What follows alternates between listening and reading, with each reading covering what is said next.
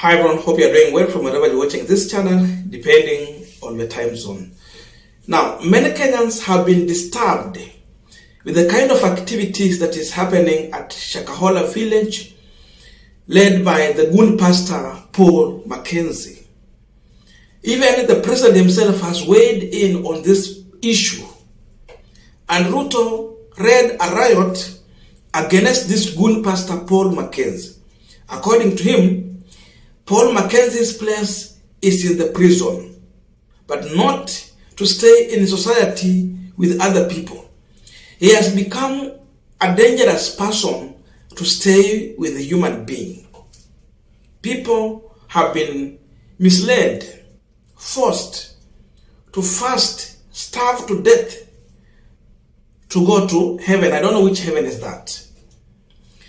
And for me, it is becoming so much hard to link the activities, the heinous activities at Shakahola village to what we have always had in the Statehouse.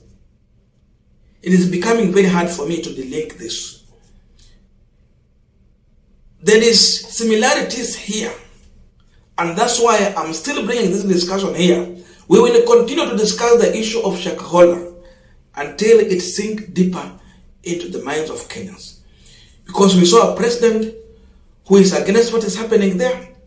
But in my view, I feel that to some extent, there is also other practices that take place in the Statehouse that is also similar to that. I'm saying this because there was information that was shared some time back about the activities that normally take place in the Statehouse. We were told that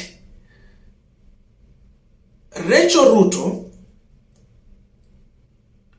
has been forcing people to go for a fasting on every Wednesday in the Statehouse. It is a mandatory fasting at the Statehouse on every Wednesday. That means no food will be served on Wednesday. It means no food will be allowed into Statehouse on Wednesday. She does not care whether you are a Muslim or a Christian, whether you are a Protestant, whether you are a Pentecostal, whether you are a Catholic. For her, it is fasting. Listen, you might think I'm talking my own things. This issue of fasting was also shared. That information was shared by KTN Home, and it was posted on March 4. This is what they said. William Ruto, wife Rachel introduced mandatory fasting at Statehouse, Nairobi. Habari News, welcome home. It was also shared by the Kenya Daily Post. This is what they said. Statehouse staff in tears as President Ruto and First Lady Rachel impose weekly mandatory fasting and prayer for everyone irrespective of one's religion. Mandatory. Mandatory. Not by choice. What we saw at Shakahola is also a mandatory. Pauline Njoroge also weighed in this matter. And this is her view because she also has links with the Statehouse. She normally have that communication with the people at Statehouse just because of her networks. And this is what he had to say on the same. Compulsory fasting day for Statehouse staff. So every Wednesday starting today, it will be compulsory fasting day even to Muslim and other non-Christian in the Statehouse. There will be no food provided and the staff will not be allowed to come with food into the premise. Not even Jews. In this first fasting, not even a cup of tea will be provided and no consideration for technical people who do heavy work that require energy has to be made. Meanwhile, there is no guided prayer where people are called together to pray or be told the reason why they should not be seen eating anywhere close to Statehouse.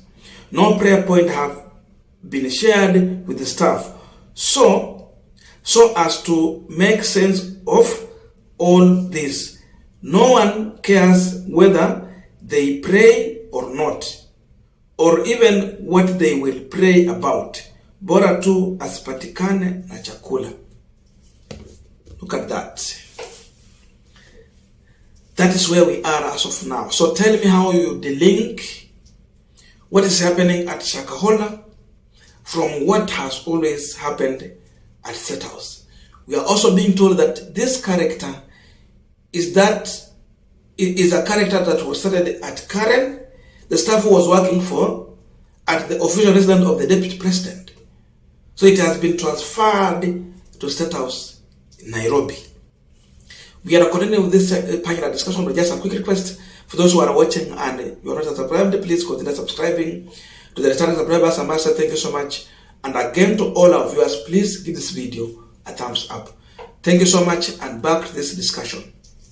I want you to tell me in your own view, how can you delink the story we are getting from Statehouse from what is happening at Shakahola village? Tell me.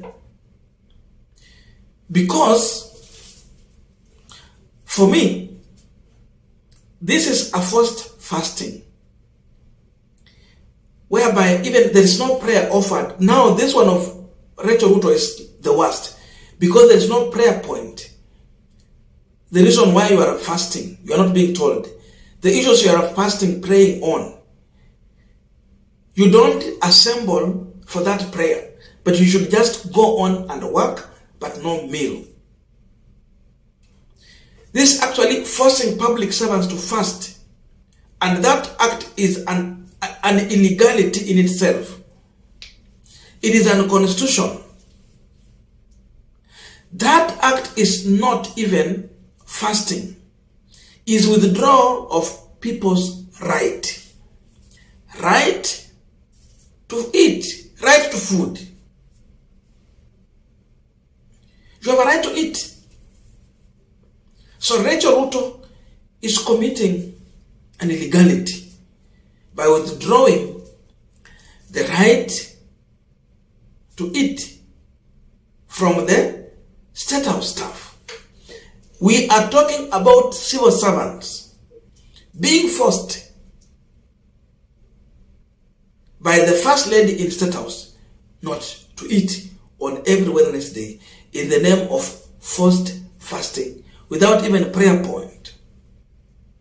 What's the difference here? What's the difference? Hawa ni siku moja, wale ilikuwa kila siku paka waenda mbinguni. But all is illegality, forced.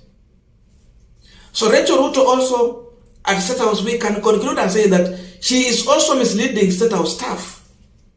How do you force a Muslim to fast when you are not even a Muslim? You are a Christian forcing a Muslim staff to fast and believe in your way of worship. You might be a Protestant. How do you force a Catholic to believe in your way of doing things in the name of fasting? For them, they have their own way of doing it. How do you force a Pentecostal to follow your way if you are a Protestant in that manner? Or you are a Pentecostal or evangelic? How do you force them? I mean, all of these people have their own tradition they observe when they come to fasting. Wako na mila na desturi ambazo wanatumia kuandaa ile mpango yao ya kufunga kama ni kufunga. So before Ruto point his finger at Shakahola, and that's what he should be doing, he must start from his own house in Statehouse. Ruto is right to point at Shakahola. In fact, he should be there. He should condemn it. But he must start from Statehouse, because the same behavior is in Statehouse. So it becomes very hard for me to say that Shakahola is wrong and Statehouse. All of these two are all wrong. That is no longer Christianity again. This is Goonism. I've seen people now linking even Dorcas Gachagua, Bishop Dorcas Gachagua, the spouse to Rigathi Gachagua, William Ruto's deputy, to all these scenarios, because I've seen them now talking about Pastor Ezekiel, who bought some properties from the rogue pastor Pst Mackenzie, and all that. I've seen that discussion, but for me, I'm yet to go into that side of discussion, linking Pst Mackenzie activities and Pastor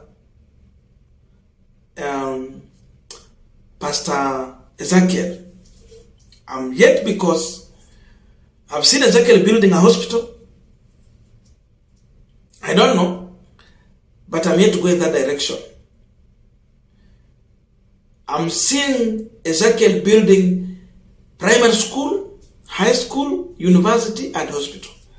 Mackenzie is against education. So I'm yet to compare. I will need time to go and do a comparison there. But now we are seeing Dorcas Gachagua being linked to all these shenanigans. So my message here was that Ruto must start from Statehouse, then go to Shakahola, and they must condemn all this with the strongest terms possible. I don't know your views, but let us bet in the comment section for continuation of this conversation. Thank you, and see you in our next video.